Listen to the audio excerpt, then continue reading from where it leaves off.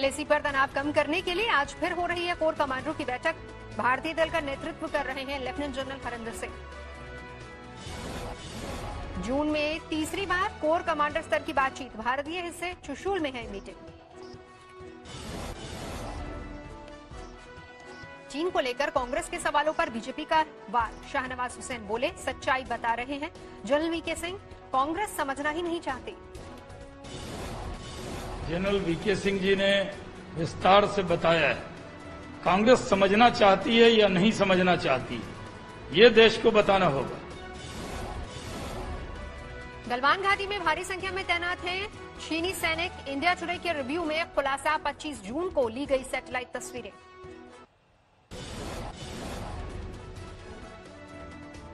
चीन के साथ तनाव के बीच केंद्र सरकार का बड़ा फैसला, 59 चाइनीज ऐप पर देश भर में बैन। सरकार ने गूगल प्ले ऐप से बैन किए गए ऐप हटाने को कहा। टिकटॉक, लाइक कीवी को जैसे पॉपुलर चाइनीज ऐप आए पाबंदी की जद में सरकार ने इंफॉर्मेशन टेक्नोलॉजी एक्ट के सेक्शन 59A के तहत चीनी ऐप्स को किया बैन।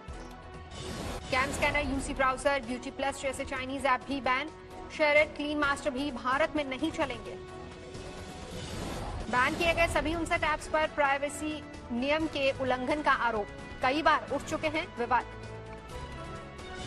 चाइनीज ऐप पर डेटा डाइवर्ट करने के भी आरोप, यूजर्स का डेटा चीन के सर्वर में जमा करने को लेकर आए थे निशाने पर। रक्षा मंत्री राजनाथ सिंह से आज अमेरिकी रक्षा मंत्री मार्क एस्पर करेंगे बात। लद्दाख और सैन्य अभ्यास पर चर्चा संभव।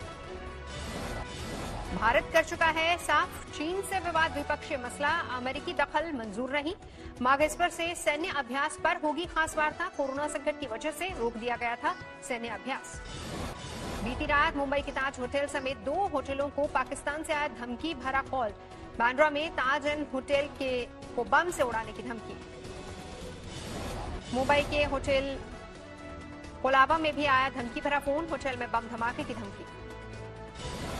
जम्मू कश्मीर के नौगाम सेक्टर में पाकिस्तान ने किया सीजफायर उल्लंघन, सेना की तरफ से जवाबी फायरिंग। जम्मू कश्मीर में सुरक्षा बल का आज फिर मिली कामयाबी, मुठभेड़ के दौरान अनंतनाग में 2 आतंकी ढेर। खुफिया सूचना के बाद सुरक्षा बल ने वाघाम इलाके में आतंकियों की घेराबंदी की। देर तक दोनों ओर से होती रही फायरिंग। बीजेपी के मुताबिक वगामा में मारे गए दोनों आतंकियों ने बिजबेरा में एक सीआरपीएफ जवान और एक मासूम की हत्या की थी।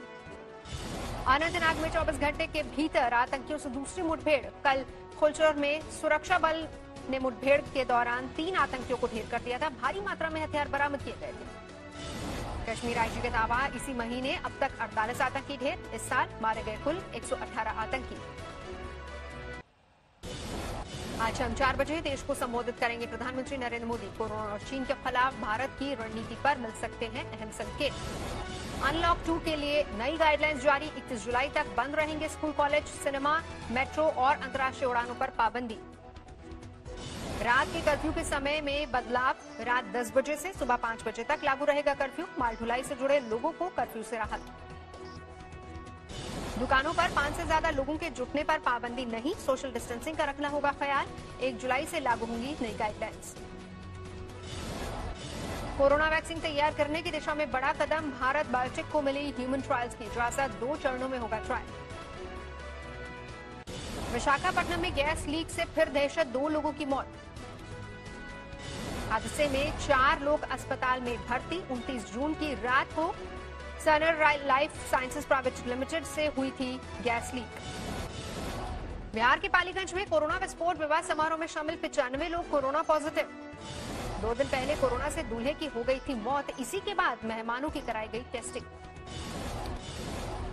गुरुग्राम में सॉफ्टवेयर इंजीनियर था दूल्हा, सेहत खराब होने के बावजूद कर दी थी शादी।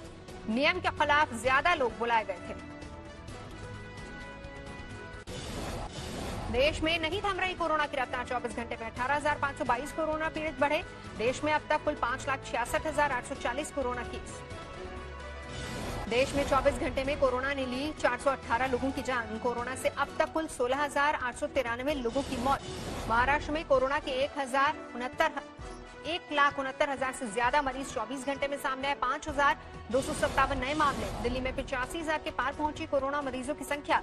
राज्य में कोरोना से अब तक 2,680 लोगों की जा चुकी है जान। दिल्ली में 4 से 5 दिन में और गहराएगा कोरोना संकट। मुख्यमंत्री ने लोगों को दिलाया भरोसा, कहा नहीं है घबराने की जरूरत। हैदराबाद में प्राइवेट लैब के बाहर कोरोना टेस्ट कराने वालों की लगी लंबी कतार, वीडियो वायरल। कानपुर में 75 कोरोना पीड़ित हुए स्वस्थ, एक साथ सभी को किया गया डिस्चार्ज। कानपुर में 71% कोरोना पीड़ित अब तक हो चुके हैं स्वस्थ। लुधियाना में अब तक 2,500 पुलिस कर्मियों का हुआ कोरोना टेस्ट। 30 कोरोना पॉजिटिव पाए गए। एक एसीपी की कोरोना से जा चुकी है जान। बारामती में पेट्रोल पंप के पोल पर बैठा राष्ट्रीय पक्षी मोर, लोगों ने वीडियो शूट कर किया वायरल। कहा लगातार तेल के बढ़ते दामों पर कि सरकार को है संदेश, अब नो मोर।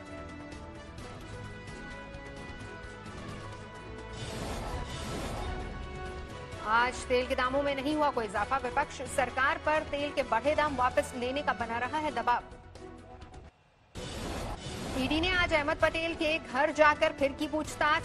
Sandesara brothers money laundering case में अहमद पटेल से गवाहों और अन्य संदिग्धों के सामने पूछताछ। अहमद पटेल के बेटे फैजल पटेल और दामाद इरफान सिद्दीकी के चेतन संदेसरा से रहे हैं संबंध। ईडी की इस पर भी अहमद पटेल से पूछताछ। सीएम योगी आदित्यनाथ के उड्डयन मंत्री नंद गोपाल नंदी बरेली एयरपोर्ट पर हवाई सेवा शुरू नहीं होने के सवाल पर भड़के। कहा हमने इंफ्रास्ट्रक्चर बना दिया, जेट सेवा बंद होने से नहीं शुरू हुई हवाई सेवा। नल्लोर में एक महिला ने आंध्र प्रदेश टूरिज्म होटल के डिप्टी मैनेजर को मास्क पहनने के लिए टोका तो डिप्टी मैनेजर ने महिला को बुरी तरह से पीटा। सीसीटीवी में रिकॉर्ड हुई पूरी वारदात। तेलंगाना सरकार ने आंध्र प्रदेश बॉर्डर पर वाहनों की आवाजाही पर तय की समय सीमा, शाम 7 बजे से सुबह 7 बजे तक एंट्री नहीं। सोनीपत में रात को गश्त पर निकले 2 पुलिस कर्मचारियों की गोली मारकर हत्या। गांव बुटाना में पुलिस चौकी से थोड़ी ही दूरी पर बदमाशों ने वारदात को अंजाम दिया।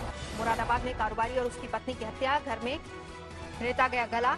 पालतू कुत्ता पड़ोसी परिजनों को खींचते हुए घर लाया, तब वारदात का पता चला। आसनसोल में एक फर्नीचर गोदाम में लगी आग, लाखों का नुकसान।